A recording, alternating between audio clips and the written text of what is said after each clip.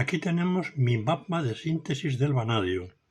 Bien, quizás el compuesto más importante de vanadio para la preparación de derivados de este elemento es el pentóxido de vanadio o también el metavanadato amónico.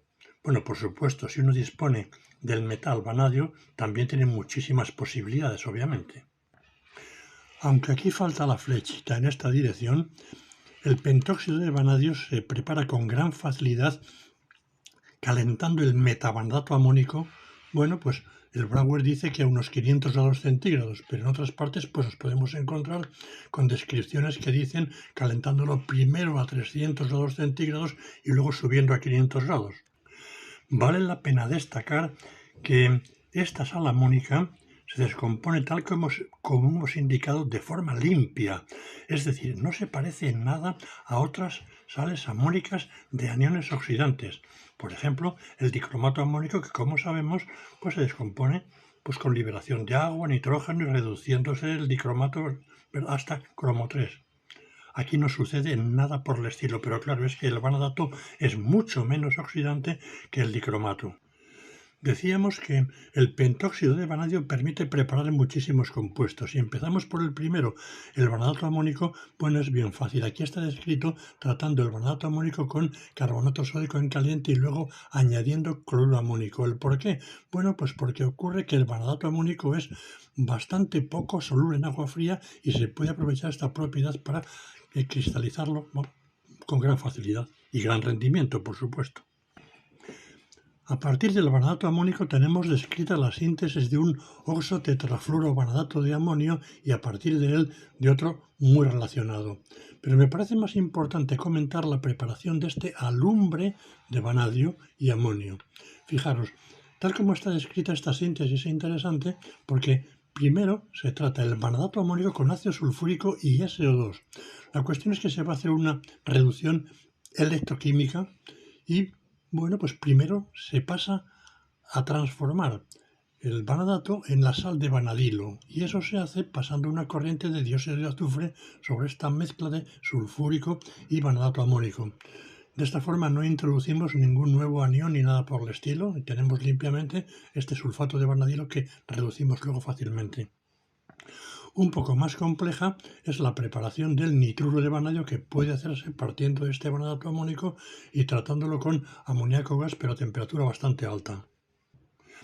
El pentóxido de vanadio permite preparar fácilmente este oxitricloruro de vanadio, que es un líquido de color amarillo limón muy bonito, muy fácil de destilar, bueno, muy atractivo. Fijaros, se puede preparar esencialmente de dos formas. Una tratándolo con cloruro de aluminio, como se describe aquí en Inorganic Synthesis, y la otra tratándolo con cloruro de tionilo. Bueno, uno está acostumbrado a ver el cloruro de tionilo como un agente destructor de agua, y es cierto que se emplea sobre todo para eso, pero también es posible utilizarlo como intercambiador de oxígeno por cloro, y así se comporta en este caso. Varios compuestos de oxovanadio 4, bueno, de vanadilo, el catión VO, diríamos, se pueden preparar con facilidad partiendo del pentóxido de vanadio. Ejemplo, aquí tenemos el acetato de vanadilo. Bueno, pues fijaros que simplemente con anhidrido acético. En este caso especial, el propio anhidrido acético a temperatura relativamente alta, ¿verdad? 140, vamos, relativamente para lo que es.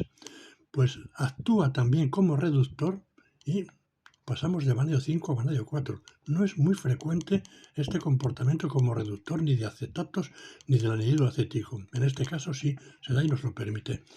Es más frecuente la reducción con el etanol. Esa sí que es muy frecuente para preparar en general sales de vanadilo. Aquí tenemos una sal de vanadilo preparada de esta forma a partir de un ácido fenilfosfónico. Bueno, pues un compuesto como este de vanadio que luego cristaliza con etanol es interesante porque es capaz de intercalar una gran cantidad de moléculas orgánicas. También es interesante este tristerbutóxido de vanadilo, que se prepara a partir del pentóxido disolviéndolo, por así decirlo, con terbutanol en caliente. Es interesante esta reacción porque es la forma más sencilla, diríamos, de preparar un derivado orgánico, bueno, pues un alcóxido por reacción directa. No se da con cualquier alcohol, ni mucho menos, con este sí. El acetilacetonato de vanadilo se prepara primero preparando la sal de vanadilo, disolviendo esto en ácido sulfúrico y añadiendo etanol como reductor y calentando, bueno, pues tenemos el sulfato de vanadilo en disolución, al que luego se le añade acetilacetona y una base o algo, aunque sea tan ligeramente básico como un carbonato, es más que suficiente para que precipite el acetato de vanadilo. Aunque aquí no se mencione, este acetilacetonato de vanadilo da mucho juego en la preparación de compuestos de adición. Fijaros que esto es un vanadio 5 coordinado y que realmente, pues en la posición trans al grupo banal oxígeno, pues se pueden coordinar una gran cantidad de ligandos monodentados especialmente. Por ejemplo, piridinas, orfinas y demás. Bueno, pues es interesante ver el efecto que tiene la coordinación de estos ligandos en trans con respecto al UVO para ver cómo se mueve la frecuencia de tensión vanadio-oxígeno en los mismos.